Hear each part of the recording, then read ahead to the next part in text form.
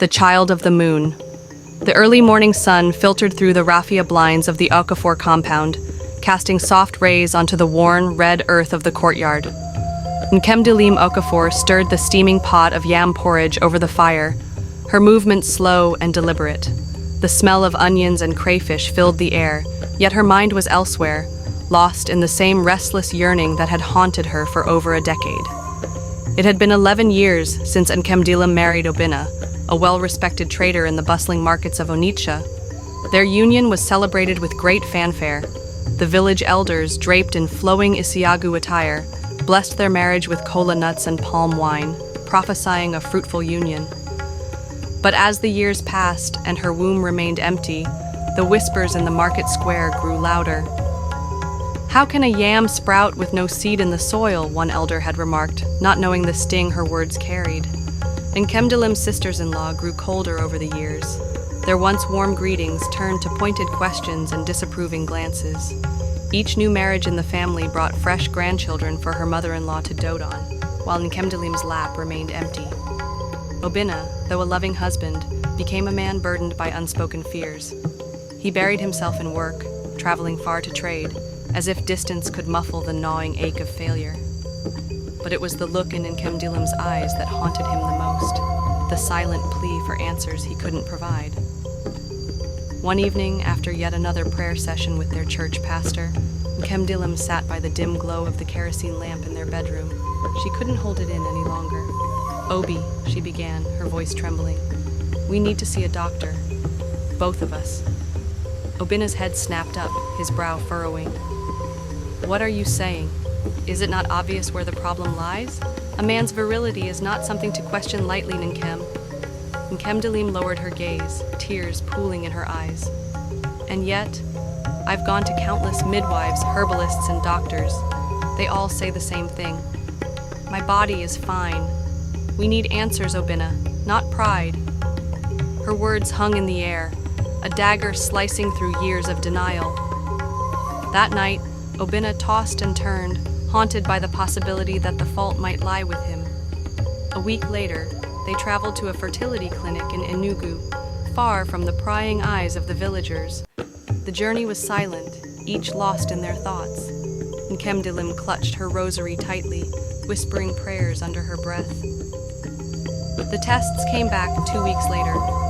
The doctor, a kind woman with tired eyes, called them into her office. "Mr. and Mrs. Okafor," she began gently, "the results show that your wife is in good health.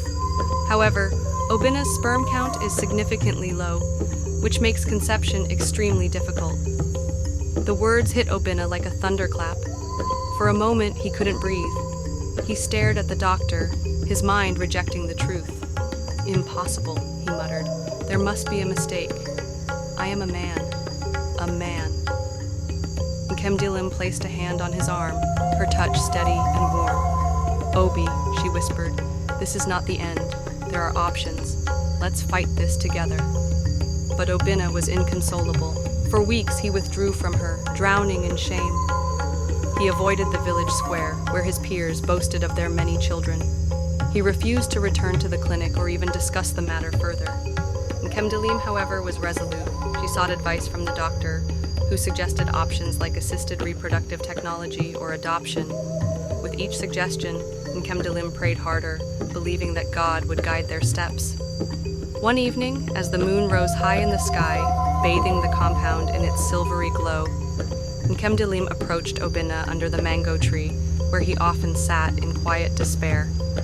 "Obi," she said softly, kneeling before him, "I married you for love, not for children. But I believe there is still hope for us. We can try IVF, or even adoption.